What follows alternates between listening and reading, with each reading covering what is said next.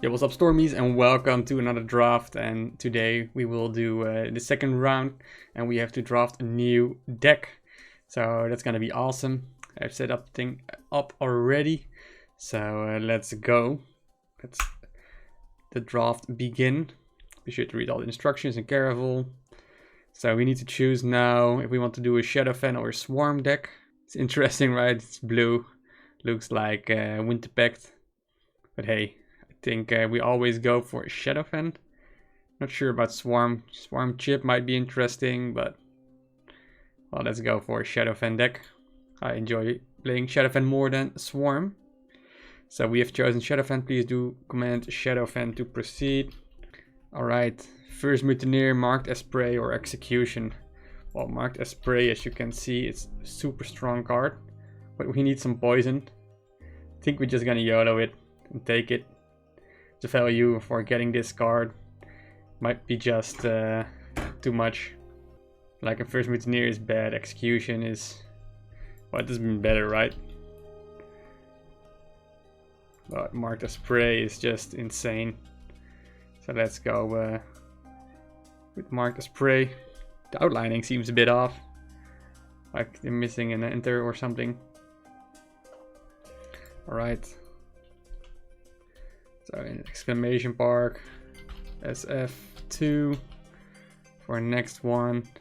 So choose one of the following cards. Sweetcap Kittens, call for 8, Razor Sharp Links. So Razor Sharp Links is 4 for 3 strength. Sweetcap is 2 for 1, but it's confused. Call for 8 might be a win condition or something, at least late game stuff going on. I think the previous time I didn't really have a lot of cheap cards. So I think I will just go for Sweetcap Kittens. At least then we got ourselves some stuff to play early game. Because the previous deck I only had Toxic or Fortification Tonic. So that wasn't really sweet. Alright, next. So Lucky Charmers, Twilight Prowlers, Witches of the Wild. Alright, so Lucky Charmers is no-go, Twilight. Like 6 for 7, super good board clear. And Witches, it's okay. But I do think I like Twilight Prowlers more. It's just really good clear, good value. Like late game defense, that's what most matches are all about. Unless you are facing Chip, like we did the previous one with Booming Professors. Then Twilight Prowlers might be a bit too slow, but not everybody can draw those kind of cards, right? Alright, Shadowfen number 4. So Lawless Herd, Copper Skin Rangers, and Freebooters. So Lawless Herd is 2, Copper Skin it's just 1, but it synergizes really well with our marked as prey and Freebooters. Not that pretty if it only draws 1. So always go for Copper Skin here. Alright, next card. Choose the following cards. Harpies of the Hunt, Joust Champions, Tracking Elderman. So Joust Champions. Not gonna pick this one. Harpies for 3 mana, 4 strength. So that's super decent. And Tracking Elderman is 3/3. I do like this one. It's basically 5 if it survives. Do we actually pick this? This can ping. Like people are playing Elders. So this might be bad in that case. Like Elders are very popular on low levels. So I do think we go for Harpies.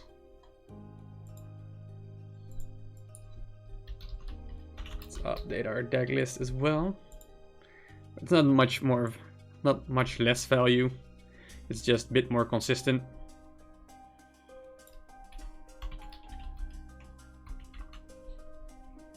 So Shadowfen next, 4th of Ebonrock, 8 Duskbringers, Big Trust Tigers, Big Trust. It's okay-ish.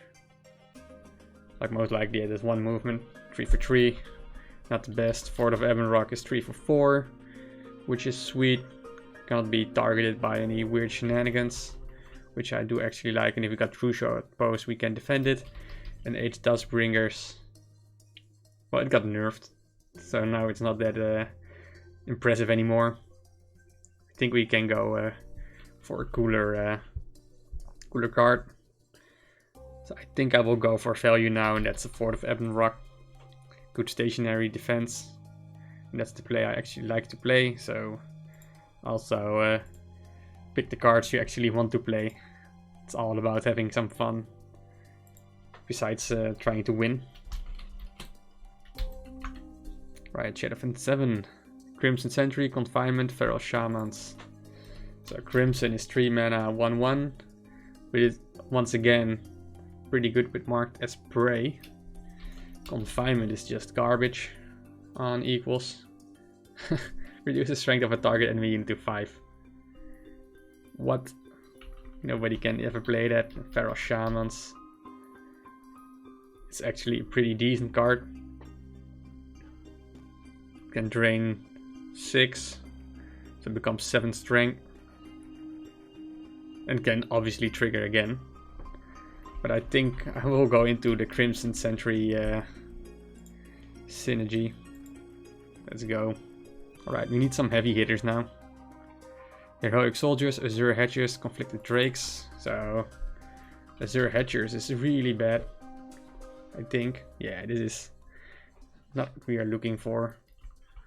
Heroic Soldiers.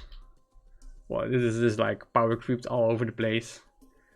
With Loris, King in Exile, and with Harvester of Souls, Sweet Cap Kittens. This card is just garbage and conflicted. It's 3 for 3, most likely. I think I go for Conflicted Drakes, but then we need to pick the heavy cards now, because our deck is super cheap. So Powder Tower, Flying the Gates, Curse of Strings. Well, Curse of Strings is really good against those big elders. Flying the Gates, actually fun, but no day. A Powder Tower. This can actually be pretty good as well. If we can protect this one. It's also a nice win condition. So basically is this as a win condition, or Curse of Strings as a counter win condition, like people playing Crazy Bombers or other strong elders like Heavy Chestnuts. I do think I like Powder Tower. I haven't been playing that for a long time, so let's go with that one. It's gonna be a funky deck. Soul Crusher, Skinless Grace, Beast of Terror. Well, it's so random that Beast of Terror might be really bad, because it hitting the same unit types is very unlikely, and on lower levels people don't tend to play a lot of Toad tokens, or Swarm Satire isn't that popular.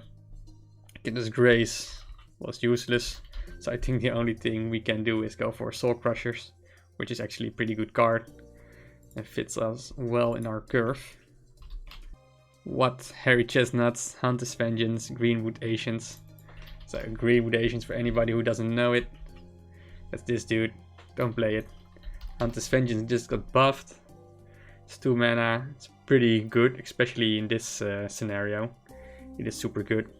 But I think I will just go for Hairy Chestnuts, because we're gonna try to win with chip, I guess. So let's go with that. So we got that one. Last card is gonna be legendary. So I think we are looking for a legendary at 5 cost. Or a Mirtz or something, that would be crazy as well. So Shadowfen number 12. Broadmother Cordia, Tego the Vengeful, Toad the Elevated. So let's first check Broadmother Cordia. Probably not gonna play it, but it has a lot of value. 5 body, and it can spawn 9, so that's basically 14, it's 200%. It's an insane amount, but it is actually pretty slow. Toad the Elevated got buffed as well, that's 6. That might be actually pretty good in our curve. We got a lot of chip, so this way we're gonna be some aggression. But Dagur is so insane as well. Yeah, I'm gonna make a mistake here. Whatever I choose. Like, Dagur is super good, but we are pretty heavy on the 6 drops. So a totally elevated is more in line with our mana curve. So I think to go with Toad. It's also, I think, a bit more consistent. But man, I'm gonna be sad that I chose this over Dagur. But let me know in the comments if you are completely agree with my disappointment myself. So I think this is it. This is the deck I'm gonna use in the second match of Reckless Draft. I think so far on the mana curve side, I've done way better than the previous time. Got early stuff, got clear, got chips, got value, got other value, got like synergy pretty well with Crimson and with Copper Skin. So hopefully we can put on some insane marked as prey combinations. Conflicted Drakes might be doing pretty good with Toad the Elevators and Soul Crusher. Conflicted Drakes also with Hairy Chestnuts. The same goes for Crimson Sentry with our Hairy Chestnuts. So we got a lot of synergy going on in this deck. So I'm pretty happy we got this one.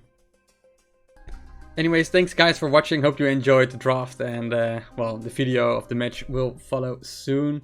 So hopefully you can cheer for me, and let's see if we can use the synergy of this deck to its best. And thanks.